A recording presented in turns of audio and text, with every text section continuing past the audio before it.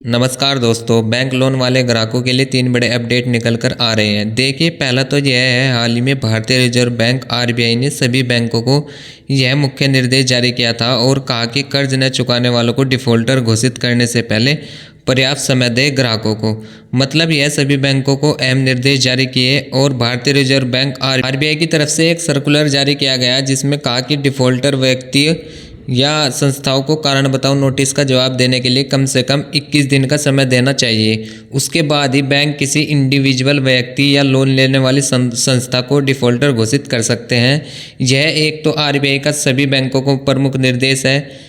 ठीक है, तो आरबीआई के इस बड़े फैसले के तहत अब बैंक लोन ना चुकाने वालों को मनमानी तरीके से डिफ़ॉल्टर घोषित नहीं कर पाएंगे, बल्कि उन्हें अपनी सफाई पेश करने का पूरा मौका दिया जाएगा। देखते हैं आरबीआई की तरफ से इस संबंध में और भी क्या सर्कुलर जारी किया गया है।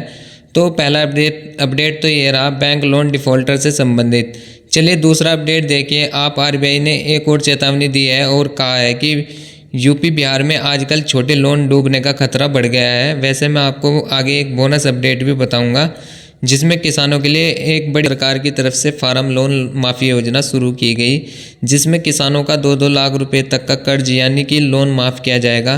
किस राज्य सरकार ने यह शानदार तोहफा दिया है, आगे बताऊंगा पूरी जानकारी। फिलहाल ये वाला अपडेट अपन देख रहे थे। यूपी बिहार में लोन डूबने का खतरा बहुत ज़्यादा बढ़ रहा है क्योंकि यहाँ पर जो माइक्रो फाइनेंस कंपनी है उनकी संख्या भी तेज़ी से बढ़ रही है। जो स्मॉल फाइनेंस बैंक वगैरह होते हैं, आपको पता होगा एनबीएफसी होती है, तो उनमें बैंक लोन डूबने का खतरा ज़्यादा बढ़ जाता है।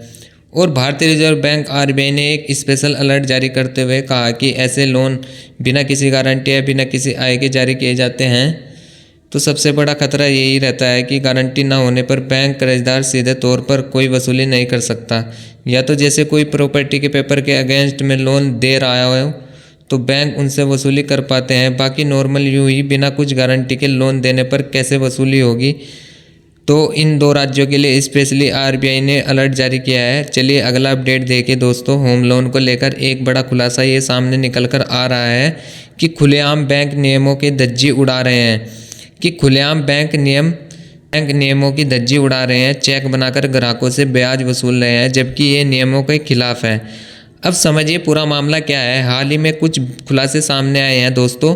बैंक जो है नियमों की खुलेआम धज्जियां उड़ा रहे हैं। होम लोन की रकम देने से पहले ही ब्याज लेना शुरू कर रहे हैं, और क्योंकि बैंक रूल्स के अकॉर्डिंग आरबीआई के नियमों के मुताबिक ऐसा करना गलत है, फिर भी बैंक ऐसा कर रहे हैं। देखिए पहला मामला आपको बताता हूँ।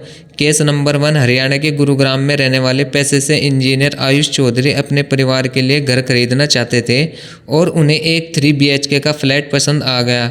लोन लेने के लिए बैंक पहुंचे, डॉक्यूमेंट वेरिफिकेशन प्रक्रिया पूरी हुई, सेक्शन लेटर भी मिल गया। ठीक है, लेकिन लोन आवंटन यानी कि डिस्पर्सल की प्रक्रिया अभी चल ही रही थी। लोन आवंटित हुआ नहीं था, मतलब अभी ये बिल्डर के खाते में पैसा भी नहीं गया था, इसलिए पोजीशन भी नहीं मिला था। लेकिन अचानक उनके फ़ोन पे एक मैसेज आता है कि 1,20,000 की EMI उनके बैंक खाते से कट चुकी है। अब हैरानी की बात यह है कि किसी बिल्डर के खाते में अभी तक लोन की राशि गई भी नहीं। उससे पहले क्लाइंट के बैंक अकाउंट से EMI कैसे काटना शुरू कर दिया बैंक ने। फिर इंजीनियर साहब बैंक जाते हैं, काफ़ी बहस करते हैं, लेकिन बैंक वाले वही उल्टी सीधी सफाई देने लग जाते हैं। अब आपको हाल ही का केस नंबर 2 बताता हूँ। देखिए पूरा दूसरा मामला क्या होता है। दूसरा मामला मध्य प्रदेश भोपाल में रहने वाली विजेता सिंह चेंजेज नेम है। उनके साथ भी कुछ ऐसा ही हुआ। बिल्डर से एग्रीमेंट हुआ, हमीदिया रोड स्थित बैंक ऑफ बड़ौदा पहुँची। वहाँ पर 22,50,000 का लोन मंजूर हुआ था। ठीक है, अभी रजिस्ट्री कराना बाकी था। इससे पहले बैंक ने चेक बनाकर डिस्पर्सल दिखा दिया और उन्हें 13,370 का ब्याज बढ़ने का संदेश भी दिया। कहा कि आप पर बकाया राशि चढ़ गई। पूछा तो बैंक से जवाब मिला चेक बन गया, तो अब ब्याज देना होगा। मतलब देखिए क्या चल रहा है, जो मर्जी बैंकों की है वही कर रहे हैं, जबकि आरबीआई का नियम है कि ऐसे बैंक पहले ब्याज नहीं ले सकते। रूल्स क्या है देख सकते हैं आप। नियम के मुताबिक राशि ट्रांसफ़र करने के बाद महीने के जो दिन बचे हैं उतने ही दिन का ब्याज लेना चाहिए, और अतिरिक्त ली EMI को पूरे लोन राशि से घटाने के बाद ही ब्याज राशि वसूलने चाहिए। लेकिन बैंक को ऐसा करते नहीं है, अपनी मनमानी मनमर्जी चलाते हैं, ग्राहकों से वसूली करते हैं, तो ये गलत है। आरबीआई की तरफ से सख्त हिदायत भी दी गई कि सभी बैंकों को, और आप भी अपने अधिकारों को लेकर सतर्क रहे दोस्तों। तो मैं आपको कहता हूं कि आए दिन हमारे चैनल पर आप देखा करो कि आप अपने राइट्स, अपने अधिकार, जो आपका हक बनता है, उनके बारे में उनकी जानकारियाँ मिलती रहती है। इस चैनल के माध्यम से जब भी कोई नया नियम लागू होता है, सरकार का कोई बड़ा फैसला लेती है या कोई बड़ी घोषणा करती है, तो सबसे पहले आपको इसी चैनल के माध्यम से बताया जाएगा।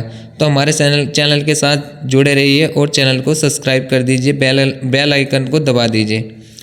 अभी अपन वो बोनस अपडेट देखते हैं कि 70 लाख किसानों की बल्ले बल्ले होने वाली है। राज्य सरकार की तरफ से फार्म लोन माफ़ी योजना शुरू की गई।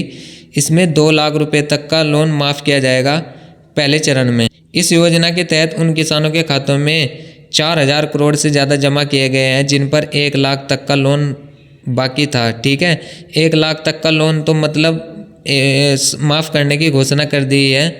अब सरकार का ये कहना है कि 2 लाख रुपए तक का टोटल लोन माफ़ किया जाएगा इस योजना के तहत। और भी बताया गया है कि जुलाई के अंत तक 1.5 लाख रुपए तक के फसल लोन माफ़ कर दिए जाएंगे, जबकि तीसरे चरण में अगस्त महीने में, अगले महीने में 2 लाख रुपए तक का लोन माफ़ किए जाएंगे। राज्य के मुख्यमंत्री ने कार्यक्रम को संबोधित करते हुए कहा कि टोटल 31,000 करोड़ की लोन माफ़ी योजना 3 चरणों में लागू की जाएगी और अगस्त तक यह प्रक्रिया पूरी भी हो जाएगी। अच्छा, यह सब घोषणा किया है दोस्तों तेलंगाना के मुख्यमंत्री रेवंत रेड्डी की तरफ से। यह कृषि ऋण माफ़ी योजना शुरू की है, यानी तेलंगाना राज्य के किसानों को इस योजना का फ़ायदा मिलने वाला है। लोन माफ़ी योजना के तहत सरकार का कहना है कि बिना राशन कार्ड वाले लोगों को इस योजना का फ़ायदा मिल पाएगा। उन्होंने यह भी आरोप लगाया है कि पिछली राज्य सरकारों ने कोई लोन माफ़ नहीं किए। और बाकी तेलंगाना सरकार की इस योजना का ज़्यादा डिटेल आप देख सकते हैं। तो उम्मीद है दोस्तों बैंक लोन को लेकर ये 4-5 बड़े अपडेट आपको जानने को मिले होंगे। क्या आपने भी अपनी बैंक लोन लिया है?